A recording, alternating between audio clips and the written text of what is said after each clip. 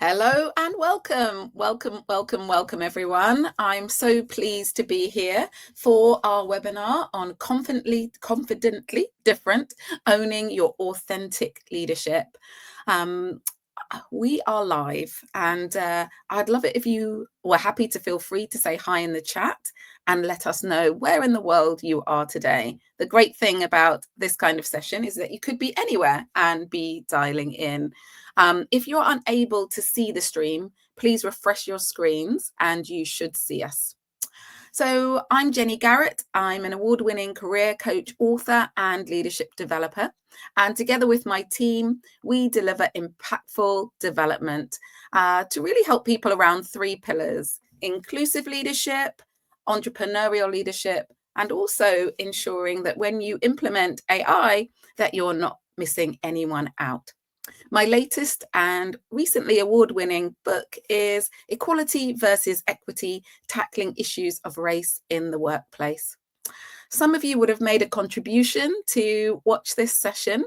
I want to say a big thank you on behalf of my social enterprise, Rocking Your Teens. Your donations will go towards increasing resilience, inspiring, and raising aspirations in teenagers. And actually, we have a conference coming up on the 19th of November for teen boys. So if you're interested in finding out more, supporting it through your organizations, maybe bringing along some mentors, then do go to rockingyourteens.com. And I think my colleague Tanya will be putting that link in the chat, which is fantastic. So what are we talking about today? We're talking about authenticity. Authenticity can be a real superpower, especially for leaders from marginalised, minoritized, underestimated communities. This session is about challenging the traditional command and control leadership and exploring how to cultivate genuine confidence that empowers you to lead with impact. I think personally, I've had a journey around authenticity. I was talking to a group of students just this week about the fact that when I first entered the world of work, it was all about fitting in. And as I've got older, it's been about thinking about what I can add. So being authentic, I think, can be easier said than done. And that's why today we have some wonderful expert coaches with us. We have Sassy, Oge, Geeta, Patience, and Carol. They are all listed in the Diverse Executive Coach Directory, a directory which connects corporate organizations with coaches from global majority, ethnic minority backgrounds. And we'll be discussing authenticity today. What does it mean to own your authentic leadership? To find out more about the directory, please go to our website, diverseexecutivecoaches.co.uk, or go to our LinkedIn page and follow us, called the Diverse Executive Coach Directory. No surprises there. So the format of our session today is that the coaches will briefly introduce themselves. I'll start off by asking them some questions, and then we'll open it up for your questions and reflections. We'll be keeping an eye on the chat throughout. So at any point, if you want to add a question, if you want to add a reflection, if you want to add a point, if you want to add a resource of your own, please feel free to do so. It's great when there's lots of interaction happening. And also we have a hashtag for today's event, confidently different. So feel free to share on LinkedIn or any other social media platform with that hashtag. So without further ado, let's get our amazing, qualified, experienced coaches who I have a lot of respect for, every single one of them, to introduce themselves. And the first is Sassy. Thank you, Jenny. It's great to be here. So I'm an master executive leadership development coach and consultant, and my passion is around neuroscience and behavioral change. And what I help is with women who are particularly going through transitions in, for example, moving from managerial role into a strategic role. It's about helping them to be more of their, what we call authentic self, so that they can lead with more power, presence, and impact, and truly reflect who they are versus having to be someone that they're not. Fantastic. Thank you. Great to have you here. We'll ask Oge next. Hi everyone, great to be here. My name's Oge. I am a leadership and executive coach with a background in medicine and over 14 years of professional coaching experience. I am committed to inclusive leadership in everything that I do, and I help leaders clarify their priorities and then develop effective strategies to exceed their own expectations. I am also a little bit of a serial entrepreneur. I have founded and started lots of different companies, and my newest one is the Shira Network, which is a social enterprise where we not only help leaders and organizations, but we also produce documentaries which help showcase lived experience of senior women from the global majority in leadership. Wonderful. Thank you so much. And over to you, Carol. Hi everyone, I'm Carol Stewart. I'm an executive career leadership coach, coaching psychologist, and I specialize in coaching introverted leaders, women and leaders from underrepresented groups. And I coach them to lead with confidence, influence and impact and overcome the challenges and barriers, particularly the psychological ones. And I also work with organisations and deliver a range of workshops, talks, webinars on career leadership development, belonging and psychological safety, and help them to create environments where everybody feels like they belong and everybody feels psychologically safe. Thank you so much. Patience. Hi everyone, I'm excited to be here. I'm an executive business and leadership coach. I'm a speaker and trainer. I'm the founder of the Quiet Confidence Company, and I empower introverted women and leaders to step into their next level of growth with quiet confidence, magnetic presence, and courageous leadership, helping them to achieve holistic success without burnout or pretense. I also partner with organizations, forward-thinking organizations that want to build strategic and sustainable leadership pipelines, enhance the personal effectiveness of their executives, as well as strengthen team dynamics. My mission as a coach and a trainer is to help people and organizations achieve success that is not just visible, but is deeply aligned, and where performance meets purpose and confidence is grounded in alignment. Thank you. Thank you so much. And definitely last but not least, Geeta. Hello, everyone. Lovely to be here. My name is Geeta Ramachandran. I'm an executive and leadership coach. I have a background in engineering, and like Jenny said, I've had my own journey in authenticity and understanding who I am.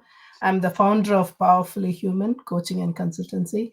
I work with senior leaders, both who are experienced and new to their roles, and as they progress in their leadership aspirations and growth. I have received awards for creating transformation, both at an organizational level and at a team and leadership level. So I'm really delighted to be here. Fabulous. Thank you. I think that our audience can really see we've got great caliber of coaches here who are going to be able to give us such a wealth of knowledge, experience, and insight into the questions that we've prepared. And I also want to say a big hello to Janice and Jay and Callista and all of the others who are watching either live, who might end up watching on replay too. So my first question to you is really about the frameworks and the models that you use as coaches. I know that you all have decades of experience, and I know that you'll use frameworks and approaches to help people really understand their unique identity, their perspective, their background. Authenticity can be challenging for everyone, but I think particularly when someone is from an underrepresented, minoritized group, it can feel harder to come out and just be yourself. So I'm curious as to, what do you introduce clients to? And I'm going to start with you, Sassy. Sure. First of all, I'd probably say that having done MA in leadership and teaching about leadership frameworks and models, I do question over time how many of those are inclusive of women and people from diverse backgrounds? Having said that, there are so many out there to be able to use and kind of blend into an approach that would help an individual in this case. But what I tend to do is I don't use them too often, too quickly, because it can kind of limit the experience that you want of the individual to bring into the coaching session. So I work on things like identity, how that's shaped them, who they are today, look at their values, how that shaped the individual that they are today as well, but also looking to establish who are they authentically. You know, if we take off all the masks and everything else that we have on top of us as we enter into the workplace, what could that be? But one of the things that I have done when I did my research into the MA was I developed a hybrid novel coaching model. It's a behavioral change model. It's called the GROWS coaching model.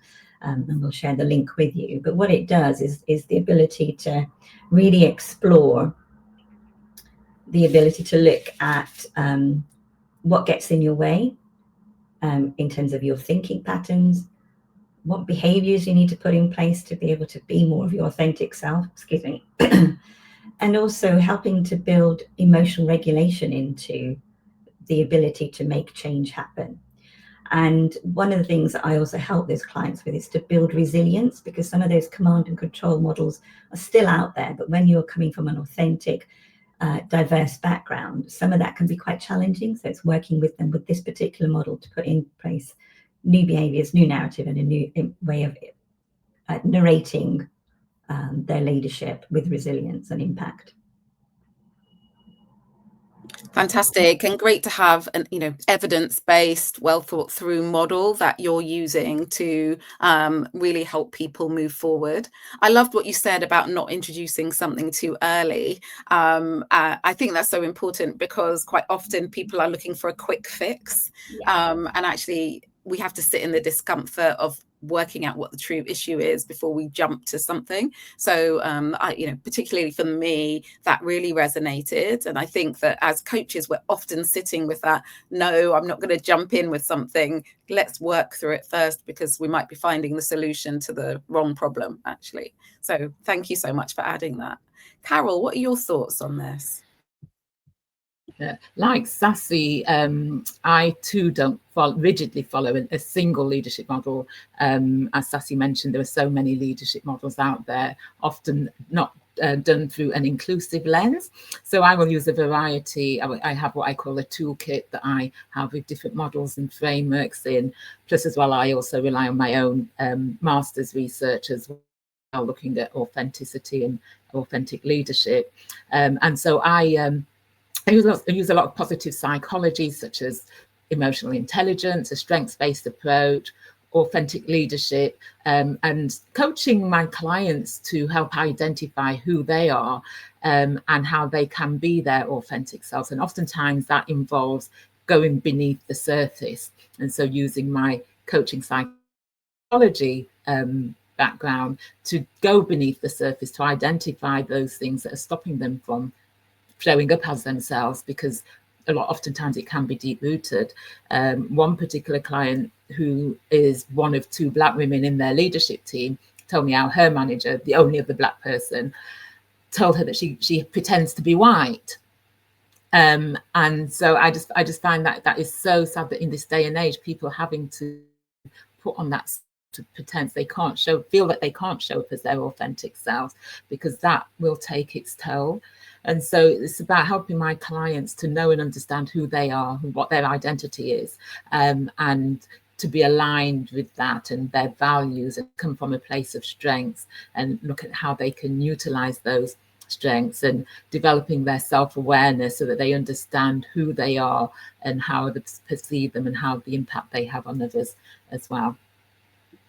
Oh, fantastic. And thanks, Callista, is saying that she really likes this approach of self-awareness, identity, value alignment, and actually there's a lot of authenticity, I think, happening in our chat, because we're talking about Diwali and celebrating that and bringing our full selves in that way into our conversations. So thank you, sort of really grounded in your psychology experience, expertise and knowledge, and then pulling that through into a very much more practical way of helping people to reflect and move forward, which is a really lovely approach. So thank you so much for sharing that, Carol. Geeta, what about you? What's your approach? Sure. For me, the two parts in this question, one is the command and control aspect of it, and another is the leadership model or any framework we may find useful. The command and control way of thinking has an assumption that the leader knows all the answers and hence can command and control. So there is a little mindset shift normally that I find useful to work with, where we understand and acknowledge that we may not have all the answers, but then it's more important as a leader to have the right questions to ask sometimes, because we come from a collaborative space of co-creation sometimes with the people around us. We call it the VUCA world, volatile, uncertain, complex, and ambiguous. So from a leadership framework perspective, for the last 7 years, I've been using a tool, a 360 tool called the Leadership Circle, where the leadership circle authenticity and understanding self-identity is a part of that tool. I, like the others said, I think it is also important not to start with the tool, to just simply receive the coachee or the leader as they are and to work with them to understand their values. But within this tool, authenticity has two parts to it. One is integrity, where the behavior, your external behavior is aligned to your stated values and your convictions, and how you show up in the external world with that inner alignment. And the second is what we refer to as courageous authenticity, your willingness to take a tough stance, or when there are undiscussables in the room, your courage to bring it up and to express yourself even in those circumstances. So I find that there is, in addition to expressing yourself in the external world, there is also how you relate to the others that also could be a part. So the leadership circle, I find as a framework, is quite useful to see authenticity in its parts, but also related to other dimensions of leadership. And I have found that valuable with coaches.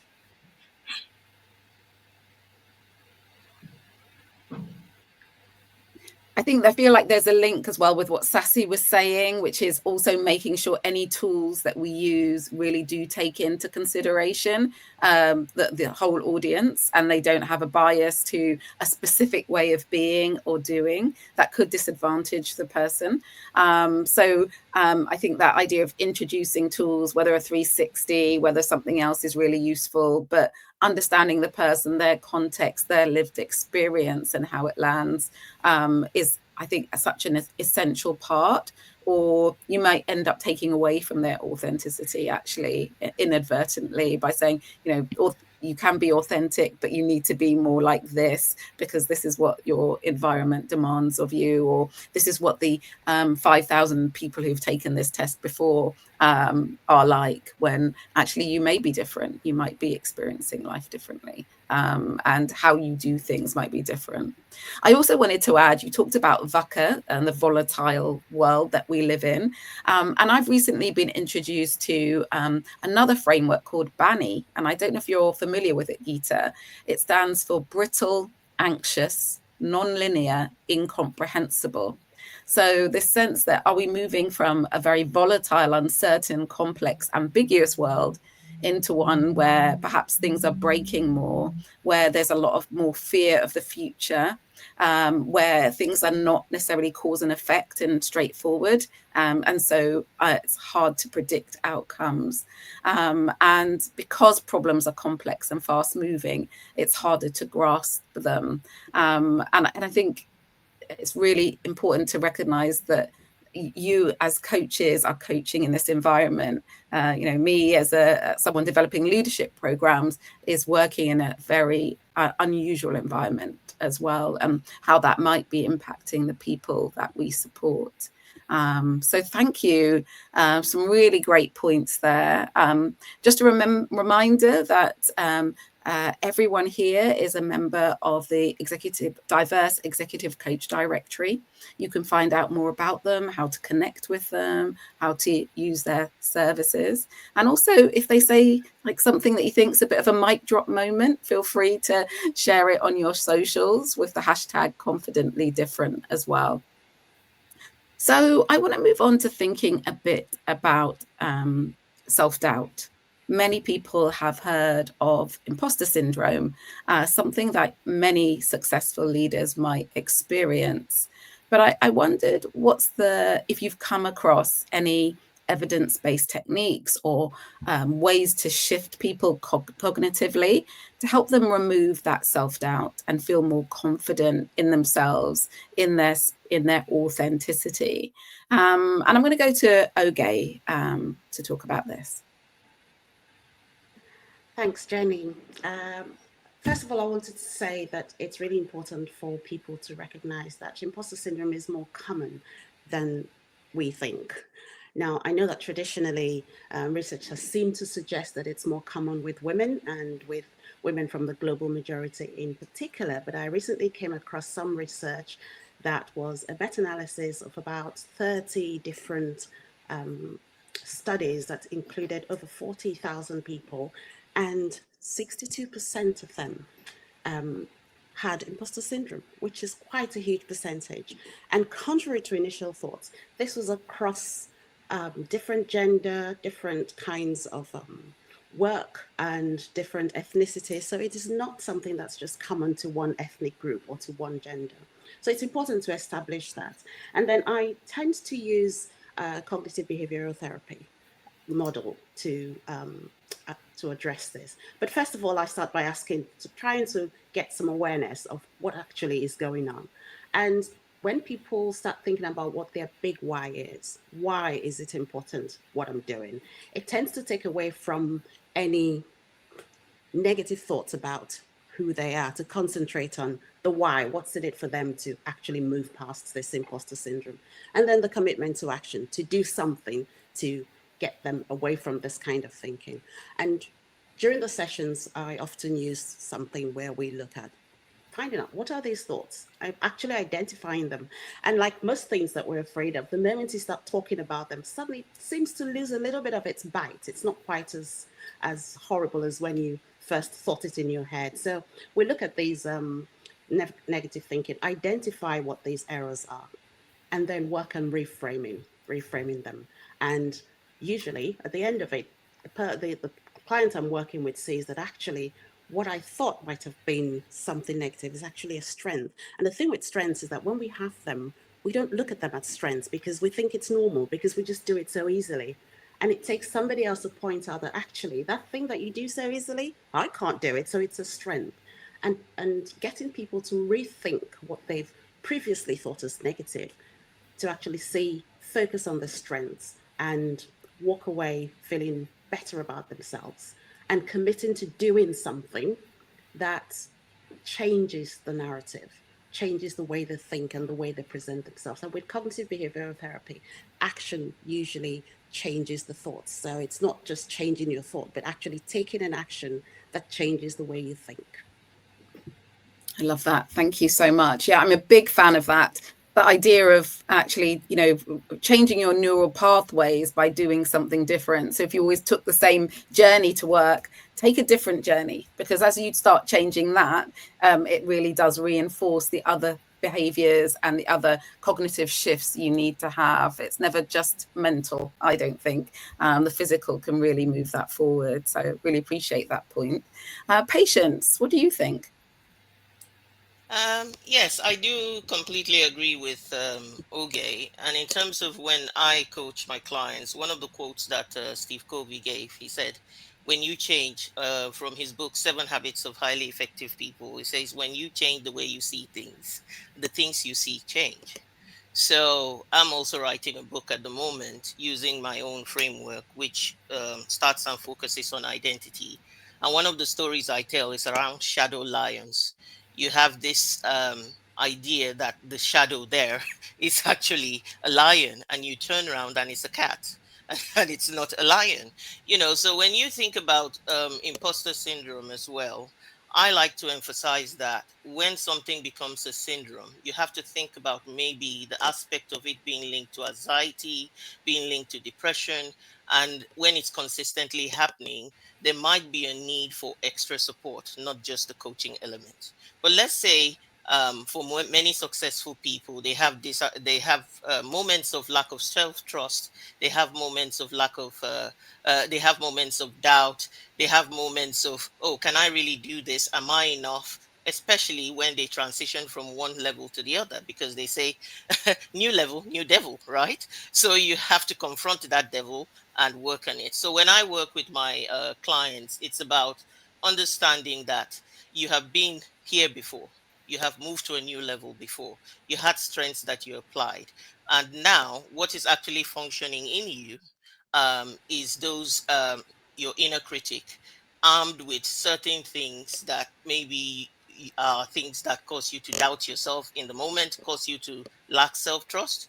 And what you've got to do is to take the actions that will help you nurture your inner sage. And this principle is linked to cognitive behavioral therapy, but also comes from positive intelligence training, which Sherad Shamin is somebody that created that process. So the idea is that you train the part of you that you really want to step out at any given time when you are in a position where you feel fearful, where you lack self-trust, or where you lack confidence. And therefore your inner sage, you constantly work on that inner sage, and you have the results of having a quicker response to that feeling, that imposter feeling that comes up. The question you ask yourself is, what's the evidence that I don't qualify?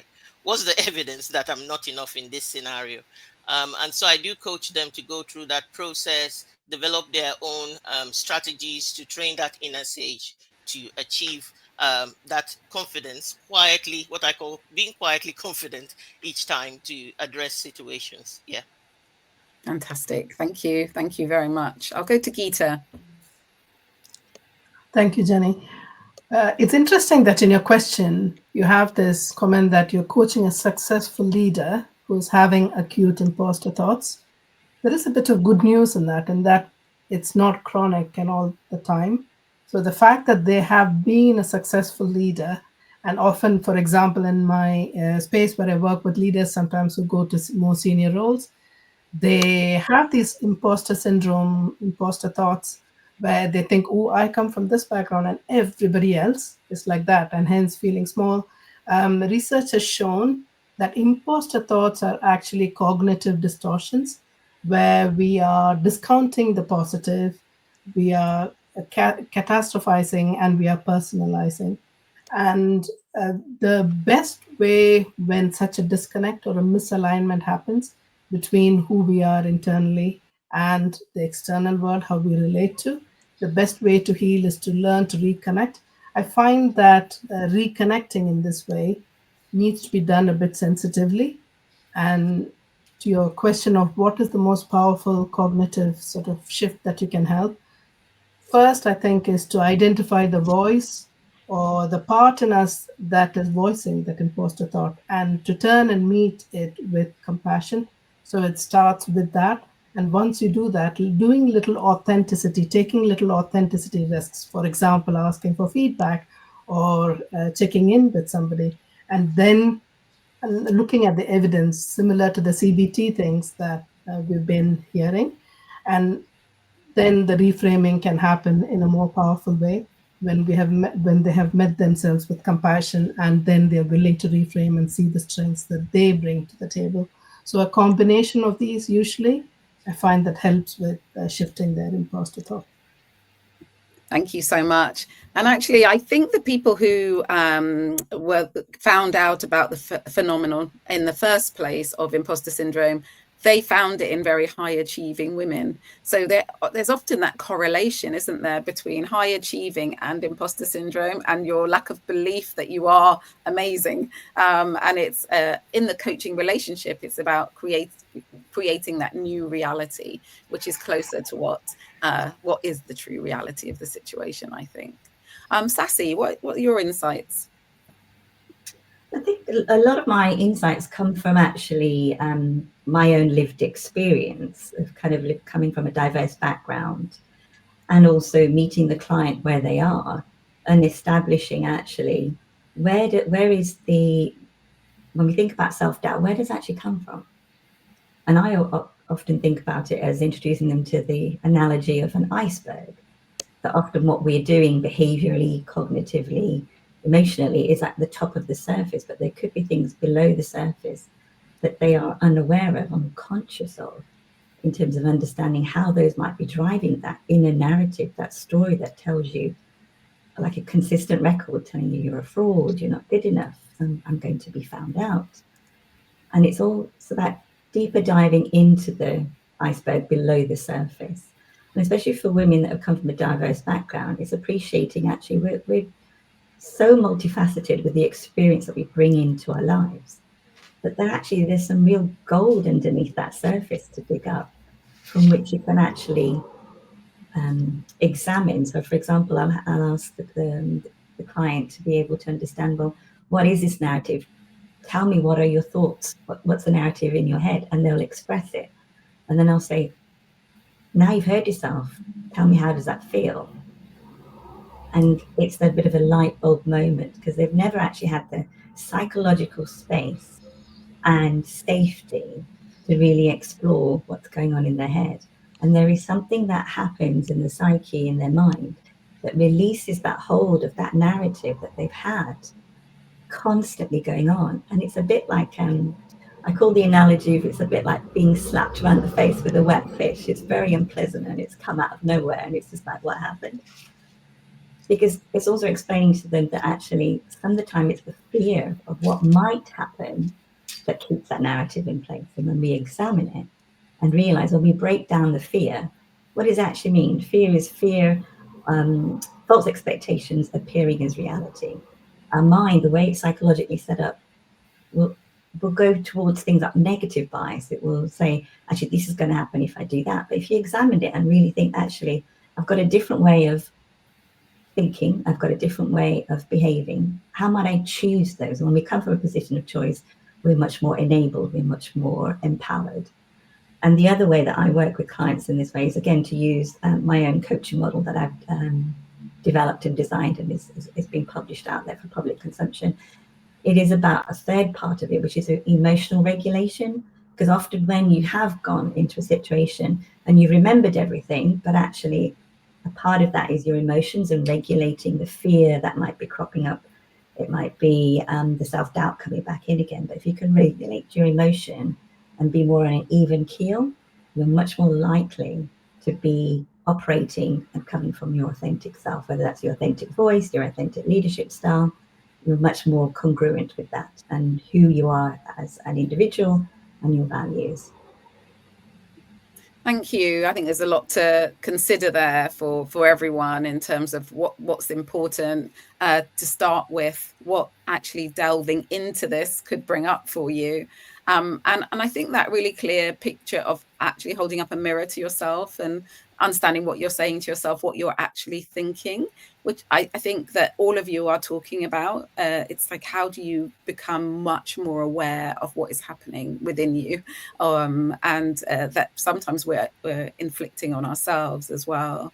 We're going to have one, I'm going to ask you to answer the question, Carol, and then we're going to have another question and then open to the audience. So it would be really great if you do have questions or thoughts that are coming up, please do share them. I know Sonal's here. Hi, Sonal.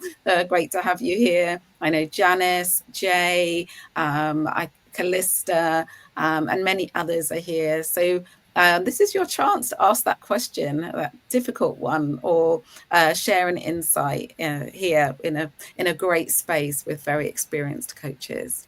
So, Carol, it would be great to hear your reflections on this. I'm sure some of it are things that you would say, but just wondering if there's anything else you'd like to add. Yeah, I mean, I would like to add to what Oge said about the amount of people that experience it.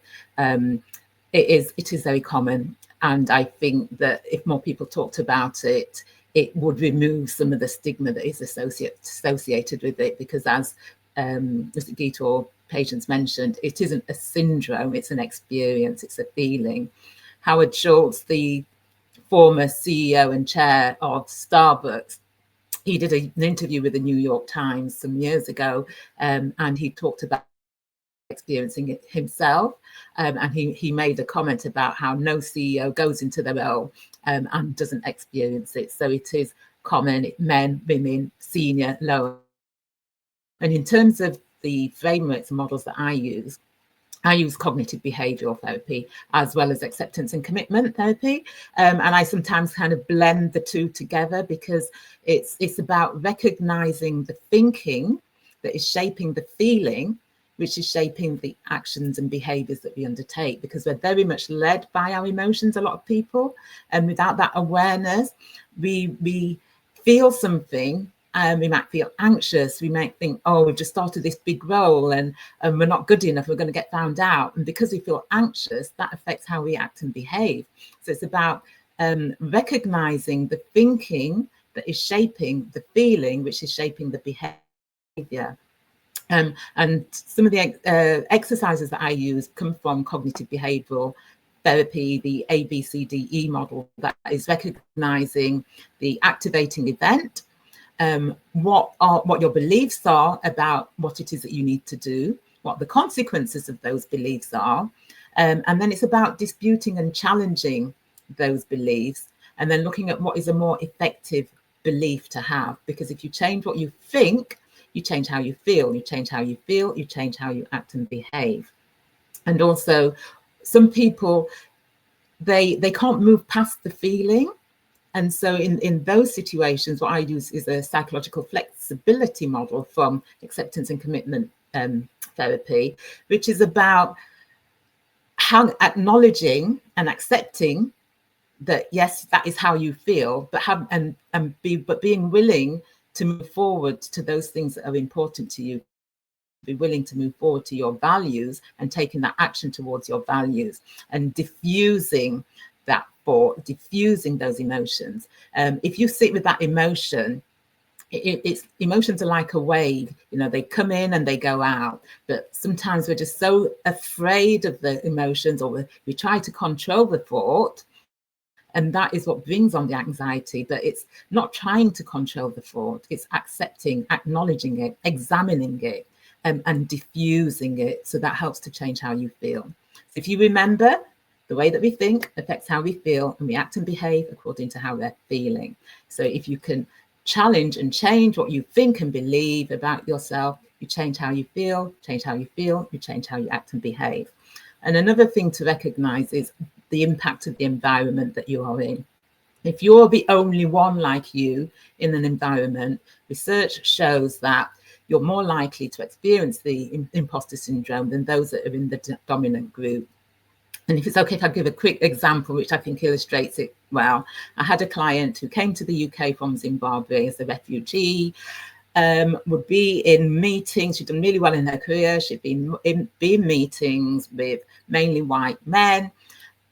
She would experience imposter syndrome. She wouldn't speak up. She felt that people wouldn't understand what she said.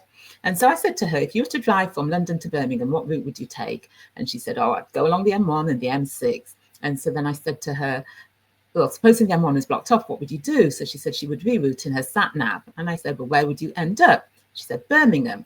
So I said, just like your colleagues around the table, you would have arrived at your destination. It's just that you took a different route to get there. Your route may have been more scenic because of the challenges that you face, but you've arrived there nevertheless, and you've earned your seat at the table.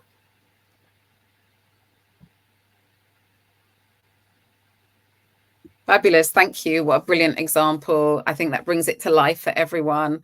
I also often think maybe of a few questions. When don't you feel like an imposter? Sort of understanding that.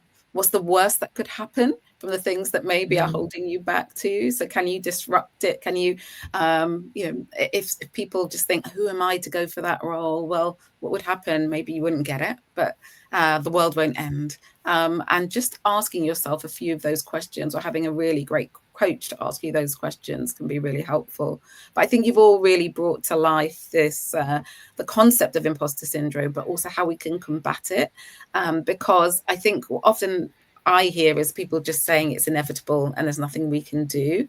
I don't think it possibly does completely disappear, but I feel like I can walk hand in hand with it into my journeys rather than letting it hold me back. So your thoughts have been so helpful, and I think working with a coach can really, really help you in that space. So our final question is really about how you build support around you. Absolutely, people should network, and networking is your net worth, as they say. But there are other components to sort of building a support architecture, I think. Things like mentorship, sponsorship, allyship, which I don't think people always understand. And so, yeah, who do you need in your corner, and how do you get that support that you need? And I'm going to start with Geeta on this one. Sure. Like you mentioned, networking, the natural support structure, or the first support structure people might think, is that one-to-one kind of interconnection with people. When you are a leader, you have the responsibility and the duty of care also to see what kind of social dynamics you set up and the culture you create within your space, within the organization. And often, in addition to mentoring, sponsoring, or one-to-one or line management support, if we were to intentionally build a certain social dynamic where, for example, people start sensing more as to what is appreciated, what is recognized, and to make that more visible and to reward more of the qualities we believe could create those healthy attitudes and behaviors at work. So this is something which could sometimes get overlooked. This can be as powerful as the one-to-one kind of support system we can create for people. Fantastic, thank you. Looking at the times, I'm going to just whiz on, and I'm going to ask Oge, what are your thoughts? Thank you, Jenny. I think all of them are important, but certainly I believe that some are more important than others. I've heard that saying that leaders from the ethnic minority are over-mentored and under-sponsored, and that is true. So I would say, for me, what is most important is sponsorship and allyship, and I've seen that in my own leadership journey and how that has helped. And I think there are two key things. There might be other things that are really important here, and that's courage and vulnerability. Courage to ask for what you want. So it means being intentional about deciding who you would like to sponsor you, what they would be, what you're hoping to get from them, what they're going to be like. And why I say courage is that often this takes you outside your comfort zone, because it's looking for somebody that doesn't look like you, somebody who doesn't speak your language, or maybe not even get to you at first. But you have to get yourself out of your comfort zone and ask that. And I remember the very first mentor sponsor I had, who's from a different ethnic group from me. I'd only met her once. So there was every reason for her to say no. She wasn't even in my circles. There was nothing to gain from her. But I got the courage to ask her if she would mentor and sponsor me. And she said yes. So we have to be courageous. We have to ask and be prepared for rejection. I mean, you might have to go through about 5 or 6 before somebody says yes, but that's absolutely fine. And in terms of allyship, especially with the work that I do with the Shira Network, our allies have been almost like a huge support to us. It's finding those people who, in the message that you're trying to get across, which for us is inclusive leadership, those people who are not of the same ethnicity, but understands the challenges and are willing to put themselves out there and take whatever backlash comes from aligning with you. And there are those people outside. We just need to find them. Thank you. Very empowering message. Carol.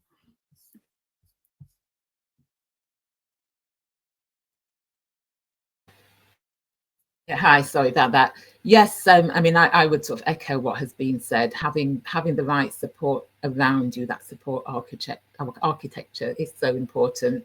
A coach to help you to work on any sort of limiting beliefs, or help you to get clear about what it is that you want and what you need to do. Having a mentor, having a sponsor, and having allies as well. They're all important, as well as developing your network and having a support network that you can draw on.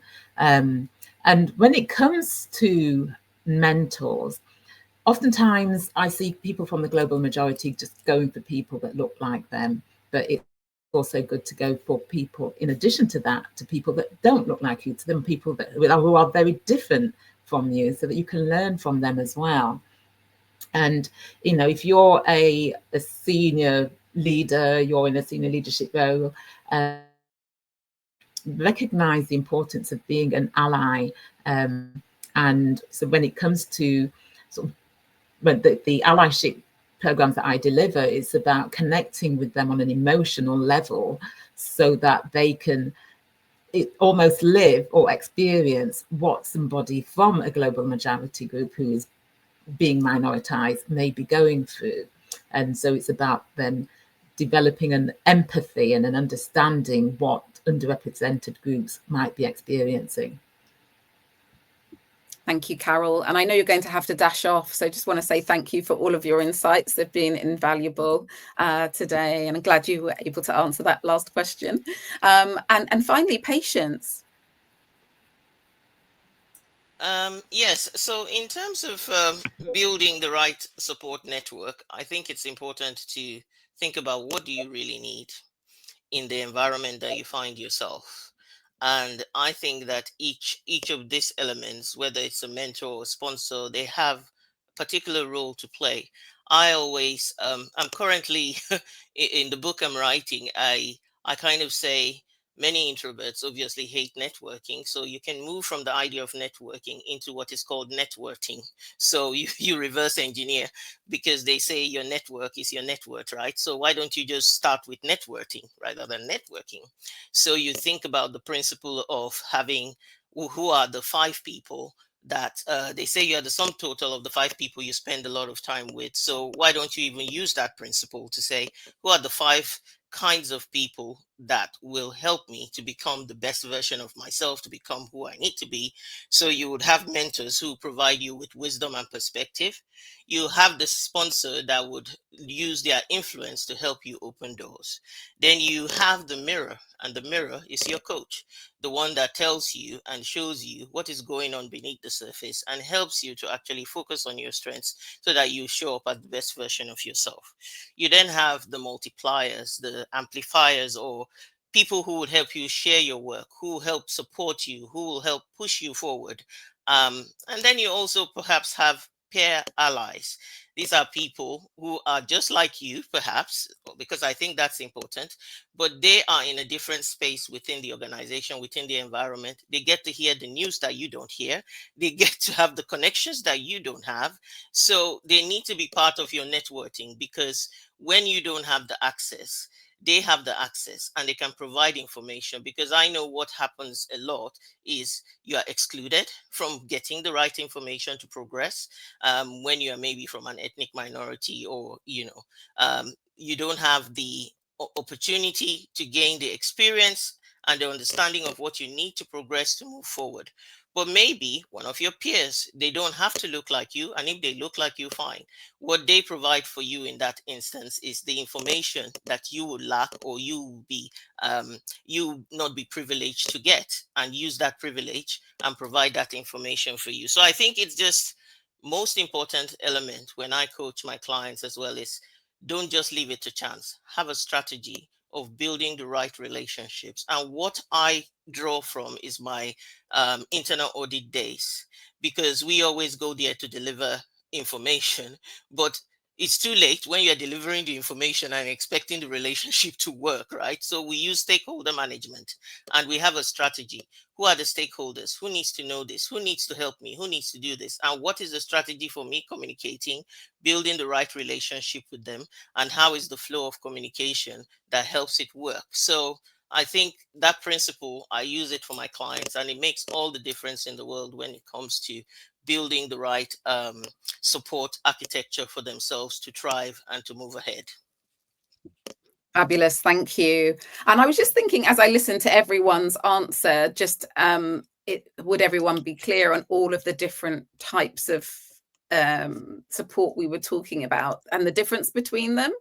So for me, a mentor is a wise sage who's walked in your shoes. A coach doesn't have to have had your experience, but they're very experienced at asking great questions and helping you unlock your answers.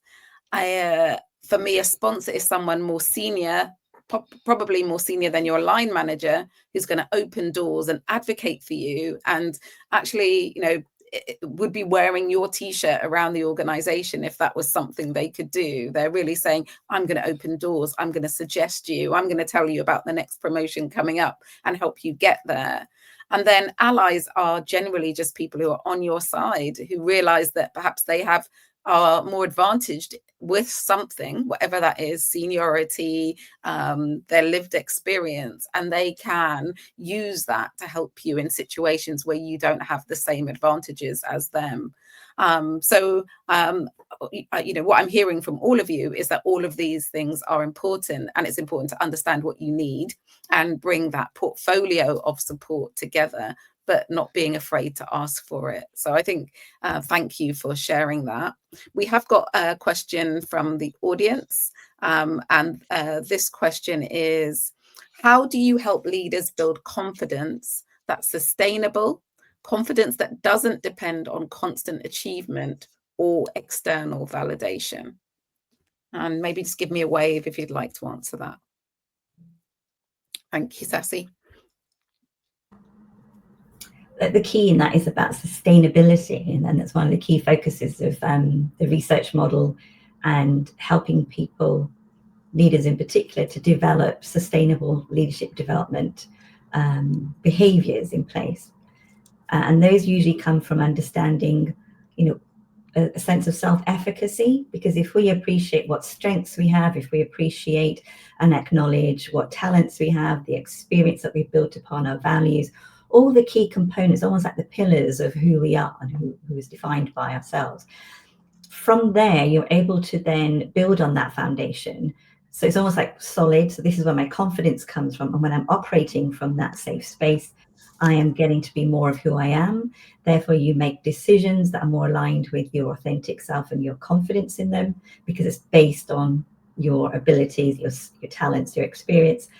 And also, it's also recognizing another key component, which comes from the model, which is about understanding when you might get in your own way and when you might find an obstacle or a setback. And it's actually knowing what you might do preemptively in that situation. So again, it's a lot of reflective practice before you get to answering the question of, is this sustainable behavior right for me? But also appreciating what you can bring of yourself into any conversation, but also appreciating that external validation is limited because of it's not long-lived. Whereas if you come from that foundational sense of, I know who I am, I know what I represent, then those behaviors are much more sustainable, and the internal narrative will be much more confident as well. Thank you. Yes, Geeta. Thank you. I agree with what Sassy says, and I would like to add that sometimes when I'm working with people, it is interesting to see what happens when you break their thought pattern. Sometimes when you're thinking always something or never something, to bring in a quiet question of, say, for example, in this instance, what have you been most proud of? And as they recount that, they recognize that it's not always, it might have been a case that they were seeking external validation or that, but then there have been instances in their life, looking in the rearview mirror, if you like, where there have been instances where internal validation also was present, and something that spurred them forward, and to break that thought pattern that, hey, I have had internal validation as well, and how can I do more of that? That can be powerful, because then they're coming from a place of strength. So then it also then becomes more easier to self-sustain it as they go along, because then they see the joy and the power of how much it can feed them with further that creative thought. Okay, great. Yes, Patience. In a recent speech that I gave, I coined a quote which says, "If you stop trying to prove yourself, you begin to improve." And I think that many times where lack of confidence comes off is you're constantly trying to prove yourself that you know it all, or in instances where people are expecting you to prove yourself to get to go after that external validation. I like what everybody else has said around it. Comes from that alignment with your values, with who you are and what you stand for. And if you are aligned to that, when you're showing up in alignment with your values, who you are, enough is enough. It's enough. You are enough because of that. You are not looking for something external to say, this is who I am. I'm showing up as who I am. I'm being authentic. We're talking about authenticity today. I'm being authentic. And that is where I'm at. And, I feel like constantly, if you continue to feed that inner understanding of who you are, what you bring to the table, the rest of it, you can stand confidently and say, this is what I bring to the table. The rest of it that I don't have, fine, fair enough. Being humble to learn, being open and honest about it. Gita did say something about the fact that authenticity is linked to integrity very closely. So being honest with yourself, being also honest to say, not downplay the light that you bring. In some places, people would want you to downplay the light that you bring. Being confident that I bring this light and I'm going to shine it regardless. So I think that's very important, especially for ethnic minorities as well. Thank you. Very briefly, we'll quickly go to Oge. Yes, very briefly. I want to say that I agree with what everybody has said. It's important for people to recognize there is a difference between competence and confidence, and that we can be confident in who we are. So identity is important, knowing what you bring. But competence is about having the skills to do something. But when you have confidence, even if you don't have the skills to do a particular thing or a particular role, because you have confidence, you can learn whatever it is that you need to learn. And I think often people mistake the two. It's confidence is something that can be built. And every time you try something new, you're going to lack confidence until you become competent in that thing. So acknowledging that my not feeling confident in doing this thing, which is completely new to me, is okay, because it's new and I haven't got the skills to do it competently yet. But I can have confidence knowing who I am, knowing what I bring, knowing what I can do, that I can learn whatever skills are required to become confident in that thing. So having the two, just being able to distinguish between the two is really important. Thank you. Thank you for those final words. I think confidence is a really interesting one. So many times we wait to be confident to take action, and we just need to take action to become confident. That's the really good point that Oge is making. And people say fake it till you make it. For me, it's keep doing it until you become it. It's not about being fake, but you do sometimes have to take yourself out of your comfort zone and keep trying things until they become more natural to you. And in terms of real habits, when we're delivering all of our programs, we're always trying to help people create habits that sustain them just on a daily basis, reminding yourself what you've done, because partly we don't feel confident because we're going through life at such a pace that we're not conscious of all the things we've achieved, all the things we've done, all the skills and qualities we have. So creating a habit that helps you become more conscious of everything that you do, that's going to help you be more confident. So I want to say a huge thank you. I think this was a really rich discussion. Thank you to everyone attending today, but in particular, a huge thank you to Sassy, Oge, Keita, Patience, and Carol, who had to drop off a little bit early. You can find out more about them at the Diverse Executive Coach Directory website and LinkedIn page, and also their profiles on LinkedIn. And also thank you to my colleague Tanya, who's been managing the chat and adding in all of the links that are really helpful to you. Our next event is in November. We really welcome you there. It's going to be focused on reverse mentoring, the power of learning upwards. So do look out for it. It will be already on the Diverse Executive Coach page, but we're also on Eventbrite as well. And I believe Tanya's probably put the link in the chat. So if you want to find out about reverse mentoring, how it can help you in your organization, this is the webinar for you. And also, I think we've added a feedback form into the chat. We're always curious. We're planning for 2026, curious as to what works and what we could do better and what topics would be really interesting to you.